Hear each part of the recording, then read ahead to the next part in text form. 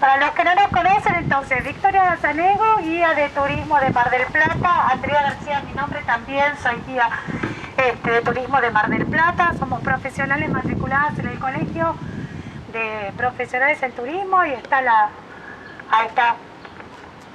Confiamos en que no sea trucho, nada. Así que no, somos dos profesionales. Y bueno, decidimos juntarnos hace ya casi 3 años, cada uno trabajaba por separado y bueno, hacemos este proyecto que se llamó Caminata Guiada, así que esperamos que en este caso, que es un patrimonio recuperado por la municipalidad, sea de su agrado. Así que vamos a seguir. Era aprovechar la presencia de 2 patrimonios relacionados con ambas escritoras en nuestra ciudad, que siguen en pie, que se pueden ver y disfrutar, para unirnos con las historias relacionadas con su vida, con el amor que sentían por la ciudad de Mar del Plata, qué hacían cuando venían acá, se comunicaban, cómo, a través de estas casas que están unas muy cercanas a las otras, y ver un poco también algunas de las características de este barrio tan particular que se llamaba la Loma del Tiro a la Paloma. Así que esa es la idea de este recorrido, llevarnos un poco de unas biografías tan extensas como la de Lazo Ocampo, cómo fue su tránsito por nuestra ciudad de Mar del Plata. Entonces la idea es empezar primero reconociendo estas arquitecturas, ¿sí? Ustedes ya nos vieron pisteando, sacando fotos. Esta que ustedes ven acá de color amarillo es la casa principal, ¿sí?, de Victoria. Data del año 1912. Es una casa íntegramente hecha en madera, en machimbre inglés y con unos cimientos hechos en hierro, lo que le permiten el sostén. No es una casa que se haya generado acá en Argentina. Existía, para esa época, la opción de poder comprar un montón de cosas relacionadas con casas y jardines por catálogo. Así que una tía, abuela y madrina de Victoria Ocampo, lo que hace es ver en un catálogo de una empresa que se llamaba Boulton & Paul, que era una empresa inglesa, y lo que hace es comprar esta casa. Fíjense, acá tenemos los catálogos de ese momento de Boulton & Paul, ¿sí? Esto es lo que vendían. ¿Qué vendían además de casas? Todo lo relacionado con el aire libre, pérgolas, bancos, esas fuentes para que los pajaritos vayan a tomar agua, todo lo relacionado con el afuera. Así que esta casa se compra en 1912, se manda en barco, llega a Buenos Aires y de Buenos Aires se traslada y se arma en Mar del Plata. Podríamos, para decirlo simplificadamente, es que es como una especie de casa prefabricada.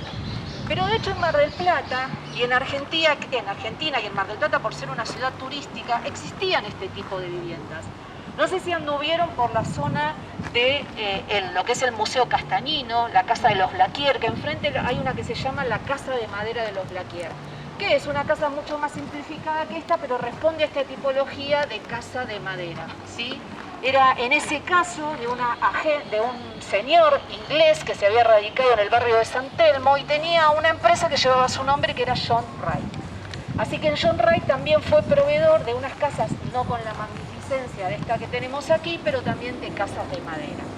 Por ser una casa de madera, por estar en un clima marítimo, evidentemente el desgaste de los materiales es tremendo. Así que si pensamos que es una casa de 1912, ha sufrido los embates del tiempo. De hecho, Victoria, cuando venía, tenía a veces ganas de quedarse a vivir acá, pero se daba cuenta que la casa ya con el paso del tiempo había estado muy deteriorada. Entonces esta casa, piensa en la Mar del Plata de 1912, que básicamente se desarrollaba alrededor de la zona del Bristol. Esta zona no era lo más frecuente para construir casas, y como no era lo más frecuente para construir casas, también se van a dar cuenta que los jardines que tienen en general ocupan una manzana o más. Esta casa en realidad tenía 2 manzanas, esta es la que tenemos enfrente, así que el jardín del que gozaba era bastante llamativo. Así es que Victoria entonces hereda esta casa de su tía abuela y comienza a estar en los veranos aquí. Pero cuando entramos, vamos a acercarnos a la madera, y adentro tiene como artillera las paredes, ¿sí? Y arriba de la artillera tiene como un empapelado de tela, que ustedes ahora cuando lo vean lo van a ver. En algunos lugares está de casa, fíjense. una casa totalmente distinta a esta que es de madera, y lo que van a observar es que tiene un aire, un estilo parecido al de Villa Silvina, que es la casa de la hermana, que vamos a ver luego, en otras proporciones. En este caso estamos hablando de un estilo francés, así que ya dentro de una misma manzana tenemos una casa típica de una señora que trabajó junto con su marido para Victoria Ocampo, que se llamaba Belina, que estuvo casi 50 años trabajando por la familia. De hecho, cuando la casa se vende, ahora vamos a ver qué pasa con esta casa, ella quedó posteriormente a la muerte de Victoria, así que se había ya muerto Victoria y ella seguía hasta el momento en que esta casa se remata, vamos a ver por qué. Así que tenemos en tipología, más bien tirando a francesa, todo lo que es la casa de los cuidadores de la villa. Y acá tenemos la tercer tipología dentro de esta manzana, que en este caso, esta fue construida por el padre de Victoria Ocampo, Manuel Ocampo. Manuel Ocampo era ingeniero. De hecho, no sé si ustedes conocen de la localidad de Bécar, la otra casa de Victoria Ocampo, esa era de la familia y también fue proyectada y diseñada por el padre. Así que en el año 1913 se realiza esta, que básicamente la estructura era para albergar todo lo que sea cocheras. Pero si pensamos que en el año 1913 no hablamos de la cochera como tipología como la conocemos hoy en día, era más bien para todo lo que tuviera que ver con carros. Recién en la década del 40 y del 30, cuando el automóvil es protagonista también de los de Mar del Plata, las casas tienen dentro de sí incorporada la cochera. En este caso no, hay muchas casas en el centro de la ciudad que ocurría lo mismo, que la cochera, por el tipo de balcón tipo loggia que tenemos allí en el último piso, y hoy lo que tiene esta parte de la casa es la parte de los sanitarios para la gente que viene de visita. ¿Sí? Así que bueno, se fueron reutilizando las propiedades que existían acá, las otras tipologías de casas para distintas comodidades que requería la época. ¿No? Vamos a... Había una casa de tía antes. Sí, en esta parte, en general, en esta parte de acá afuera donde está esta galería, lo que se hace es, se da para que se pongan distintas confiterías o casas de té. Hasta el verano pasado, antes de la pandemia, estaba Dorado Bar, ¿sí? Después hubo otras marcas que se aprovecha este lugar tan lindo para venir a tomar el té, que te cierra perfecto todo. ¿Alguno la primera vez? No. ¿Por dónde se entraban a las cocheras los carros? Por aquel lado. La casa está modificada. Ah. Porque se adaptó al uso de la vida moderna. En realidad sí. El frente de la casa es este. Ah, sí. Y eso lo vamos a ver en muchas casas de Mar del Plata, que estamos en un lugar y pensamos que es el frente de la casa y en realidad no. Es como medio raro, a veces como después el paso del tiempo nos va adaptando.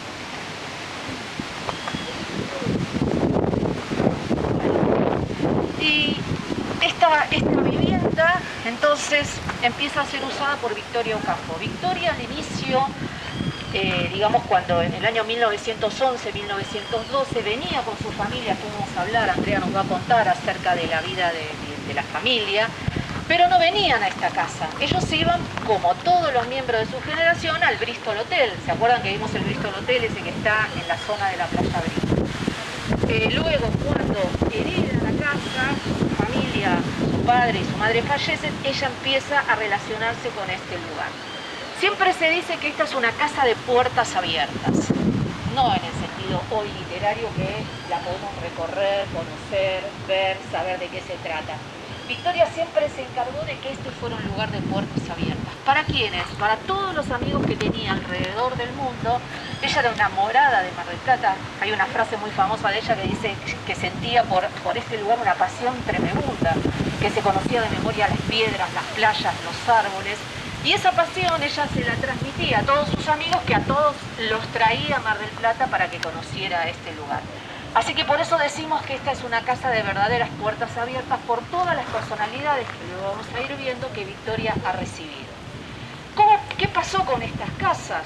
Bueno, con el correr del tiempo, Victoria no tenía hijos, se puso mayor, y en el año 1973 se produce un hecho que a ella la va a marcar bastante. Estaba, digamos, latente la posibilidad de que Juan Domingo Perón fuera elegido por tercera vez presidente de la República, y estaba en el 73 el retorno tan esperado del general Perón. Victoria, como otros miembros de la intelectualidad de esa época, había tenido, digamos, grandes problemas, había sido perseguida, y cuando estuvo acá en Mar del Plata había sido puesto presa. Ya era una mujer grande y esta situación de la vuelta de Perón le generó miedo. Entonces se puso en la cabeza la idea de, como no tenía hijos, donar estas casas. Pero la donación era muy particular, era una donación a la UNESCO. La UNESCO era conocida por Victoria, no solo como institución, sino desde su origen y por los miembros, porque Victoria conocía a la intelectualidad de la época y a muchas de estas personas que la integraban. Así que viajó a París, se empezó a asesorar de cómo era el tema de donar una casa. Donar una casa siempre pasa lo mismo, parece que es re fácil, pero después te llenan de problemas y de cosas burocráticas que tenés que completar. La primera cosa que le pidieron era que tenía que inventariar todo lo que había acá adentro. Pero cuando decimos inventariar todo, es todo. Libros, cuadros, muebles, cartas, las sillas, la ropa, los enseres, había que inventariar todo. Ella era una mujer grande, así que se acerca a una persona que estudiaba literatura, una chica joven, ágil, y entonces que le dice, bueno, yo te voy a hacer el inventario. Se pasó todo el verano de 1973 con una maquinita de escribir como las de antes, tratando de inventariar todo lo que había. Y lo logró. Lo único problema que tuvieron eran con las cartas. Tenía 4.000 cartas. 1973 no es como ahora que hacemos con el celular y sacamos miles y millones de fotos. No había una fotocopiadora cercana, parece, así que esta chica que la acompañaba en hacer el inventario consiguió en Ezeiza una fotocopiadora que le hacía buen precio, y el canje fue, bueno, yo te hago las fotocopias. Victoria le regaló al dueño del lugar unos cuantos libros firmados por ella. Así que ahí se logró todo el material. No solo ocurrió eso con esta casa, también se dona la casa que tiene en Barrio Parque y la casa que está en Peca. Todo eso pertenecía a la UNESCO. El único tema diferente con Mar del Plata es que no se le dejó hacer un usufructo. ¿Qué es un usufructo? Bueno, yo te dono la propiedad a vos y te dejo vivir hasta que mueras, y una vez que mueras la propiedad pasa a mí. En Mar del Plata eso no se pudo hacer. Bueno, finalmente Victoria fallece, ya en edad avanzada, tenía un cáncer en el paladar, y entonces la casa pasa a manos de la UNESCO, las 3 propiedades. El tema es que la UNESCO la saca a remate, la de Mar del Plata, porque con lo que obtenía de ese remate podía subvencionar las otras casas. Así que en el año 1981, y hasta ese día de 1981, vivió esta señora que les digo, Abelina, que era una señora gallega, española, que la cuidaba Victoria, que estaba a cargo de la casa, y en ese día de 1981, el municipio de General Pueyrredón va al remate y es el que compra la casa. Así que desde ese día se transforma en este centro cultural. No ocurrió lo mismo, por ejemplo, con lo que conocemos hoy como Museo Castañino, ¿sí? Ese museo no hubo que comprarlo, no fue a remate, sino que directamente la última moradora de la familia Ortiz Basualdo se lo cede, le dice lo mismo, digamos el mismo tipo de usufructo, déjame vivir acá hasta que yo me muera, y luego te cedo la casa. Así que en el caso del Museo Castañino fue de una manera diferente. Así que bueno, estas son las peripecias, digamos, relacionadas con estas propiedades. Adelante todo esto. Claro, todo esto que ustedes ven acá estaba, y la manzana siguiente, que ahora está construida, la calle Quintana, que es la que pasa por acá atrás, no existía. Así que Quintana se abre mucho tiempo. Tenía ahí un montón de árboles y medio que se encaprichó cuando iban a abrir Quintana, porque había árboles que iban a tener que volarlos, sacarlos. Así que tenía, se había encaprichado y solamente pudo quedar un árbol que todavía está de todos los que había. Le ayudó mucho en algún tiempo Primavesi. Recuerdan que hay un parque que se llama Primavesi. Bueno, un hombre dedicado también a todos estos temas, hace que este parque pueda ser aprovechado por una cuestión de comodidad, porque vos llegás y no tenés que atravesar todo el parque, entonces del otro lado es como que se recibe más rápido al visitante.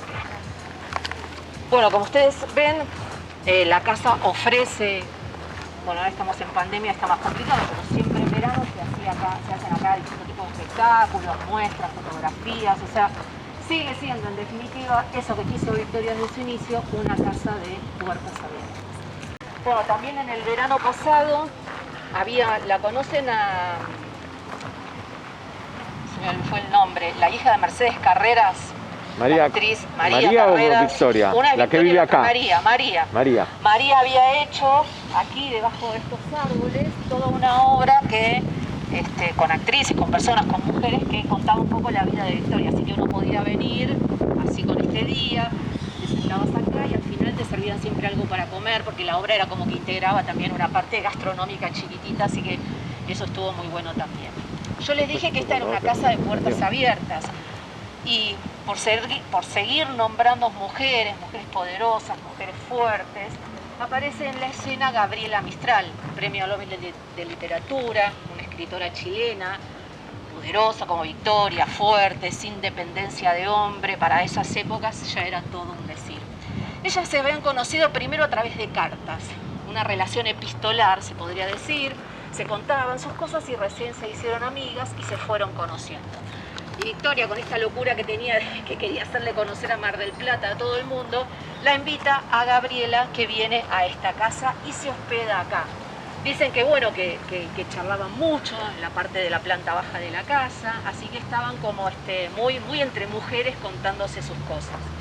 Les quería leer algo que escribió, y se los leo porque hace, digamos, a lo que pensaba Gabriela Mistral de esta casa.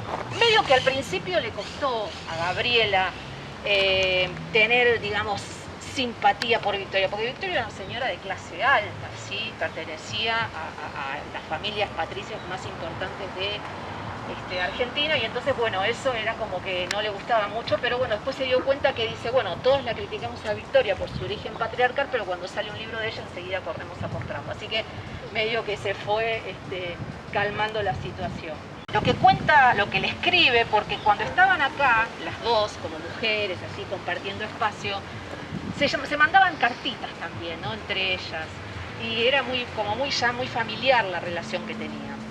Escribe Gabriela Mistral: gracias por el sueño que me dio tu casa, que fue de vellón de lana merino, por cada copo de tu árbol de ceibo, por la mañana en que oí las torcasas. Olvidémonos del ruido de los autos y piensen lo que ella está describiendo, que es, si no hubiera tanto ruido de auto, lo que podríamos llegar a sentir nosotros en este momento, ¿no? Por la mañana en que oí las torcasas, por tu ocurrencia de fuente de pájaros, por tanto verde en mis ojos heridos y bocanada de sal en mi aliento, por tu paciencia para poetas de los 40 puntos cardinales. Así que esta es la carta donde describe un poco cuál fue la vivencia que tuvo ella cuando vino a pasar estos momentos junto a su amiga Victoria Ocampo. ¿Y cómo era la vida de Victoria? ¿Sí? Le gustaba la playa, iba a la playa, tenía un pequeño auto medio desvencijado. Después vamos a contar algo de Victoria y el manejo, de muchas leyendas que le dando vueltas. Y iba sobre todo, casi siempre, a la zona que está de Punta Mogotes, ¿sí? En un tiempo iba al que, no sé si, creo que no está más, el balneario del Tiragochi, y luego iba, junto con su hermana Silvina, se iban a un balneario también cercano que se llamaba Barranca de Lobos. Pero iban muy temprano a la mañana, disfrutaban la playa de esa mañana y luego se volvían para aquí.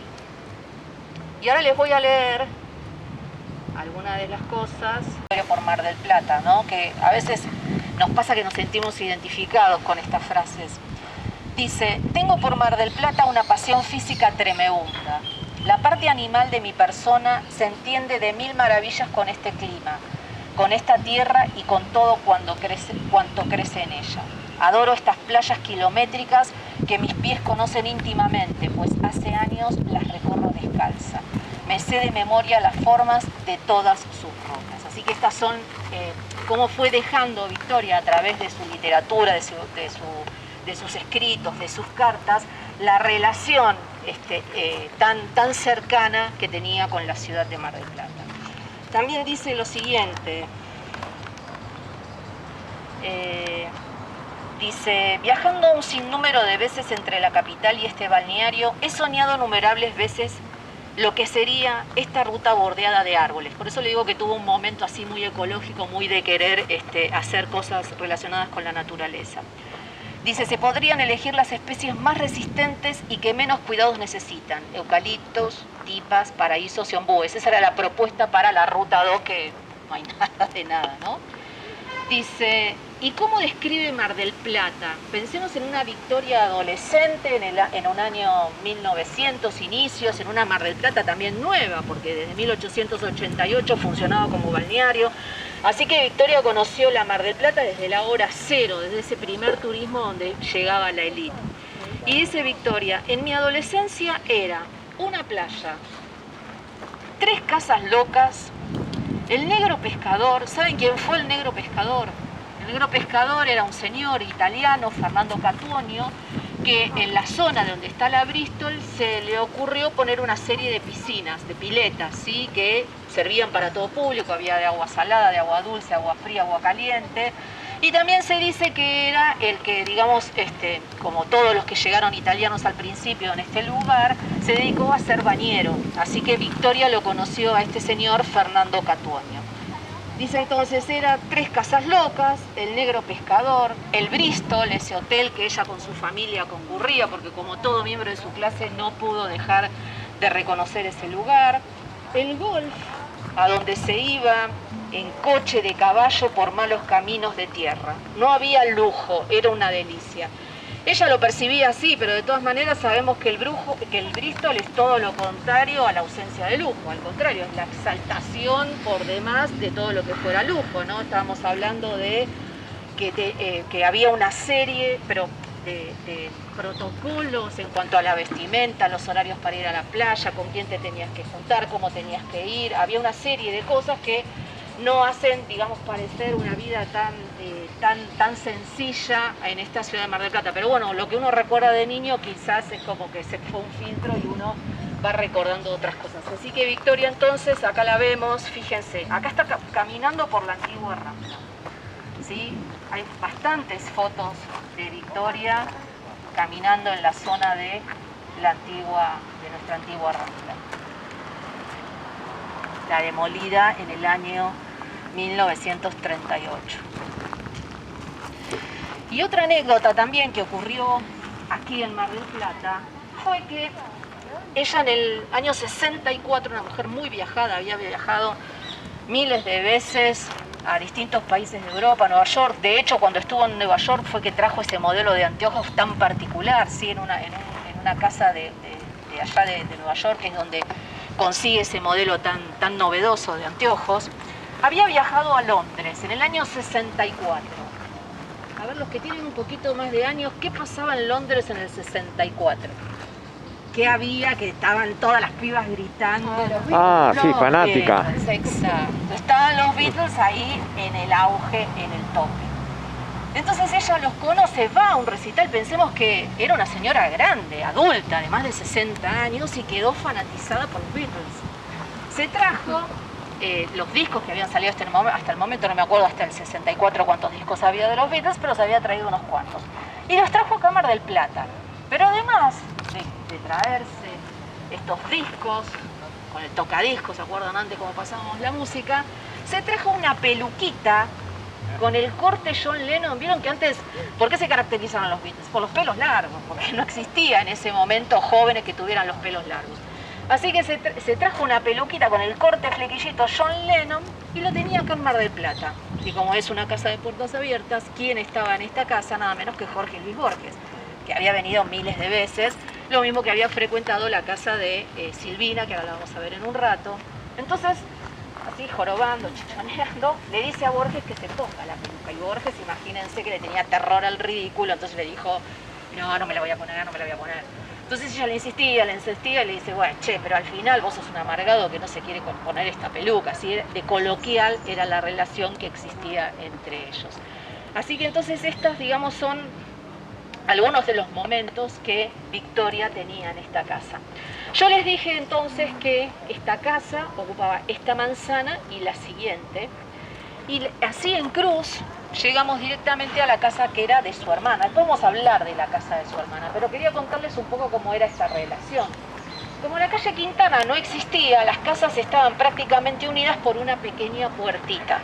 Así que cuando Silvina y Bioy llegaban a Mar del Plata, Victoria ya desde ahí había visto que su hermana y su cuñado habían llegado y enseguida la llamaba para que viniera. Y Silvina siempre le decía, escúchame, recién acabo de llegar, no puedo ya llegar y ir a tu casa. No, vení a tomar el té, vení. Bueno, tanto le insistía que abría la puertita, se venía así en cruz y llegaba hasta la casa. Ellas, a pesar de que ya eran dos señoras grandes, tenían una relación, bueno, como todos los hermanos, un poco infantil, un poco así, medio, ¿no? de todavía peleas a pesar de ser grandes. Así que Silvina, para hacerla enojar, siempre venía, agarraba una fruta de las que había arriba de la mesa, le daba un mordisco y la dejaba con el mordisco del lado de adentro y se iba. Entonces al rato venía Victoria a buscar una fruta y cuando la encontraba mordida sabía que había sido su hermana y ese tipo de peleas tenía. Últimos años quiso venir a vivir por el problema de salud también la condicionaron mucho. Ella fallece de cáncer de laringe y tuvo muchas operaciones a causa de ese cáncer de laringe. Así que los últimos años de su vida en muchos casos escribía en vez de hablar, le costaba mucho. ¿Cuándo fue el último año que pudo venir? Victoria fallece en el año 1979 y ya para el 76 ya casi ni venía. Por eso la casa se derrumbó tanto. Este es el día del remate, chicos, 26 de enero de 1981. Fíjense cómo estaba la casa. La casa estaba torcida literalmente. Así que el trabajo de restauración fue un trabajo de restauración muy arduo. No se olvide que esta casa de madera prefabricada. Así que el trabajo de restauración realmente fue intensísimo. Ese día la compra la municipalidad del Partido de General Pueyrredón por un remate público. Victoria hacía 2 años que había fallecido. O sea, Victoria fallece antes que Silvina. Después vamos a ver en qué año también fallece Silvina. Así que ella ya no venía prácticamente a la casa por estas cuestiones de salud. ¿Y los muebles? No, la casa estaba totalmente deshabitada. Vamos a ir arriba a ver la cocina como es osada, Los baños son originales, los linoleum son originales, los linoleum del piso me refiero. Este piso también es original, por supuesto. Y todas estas habitaciones estaban vacías. Lo único que se rescató, después se compra este escritorio y la butaca donde Victoria escribía. ¿Y los muebles qué pasó cuando ella fallece? ¿A dónde fueron? Los muebles desaparecieron. Esta casa era una casa que estuvo abandonada mucho tiempo y que también era parte de Angélica. Así que esta casa, cuando se remata, no había absolutamente nada. Ella tenía muchos muebles de ratán, le gustaba mucho muebles de ratán a Victoria. Se logró rescatar este escritorio, que lo ven acá, que lo compra la Fundación del Banco.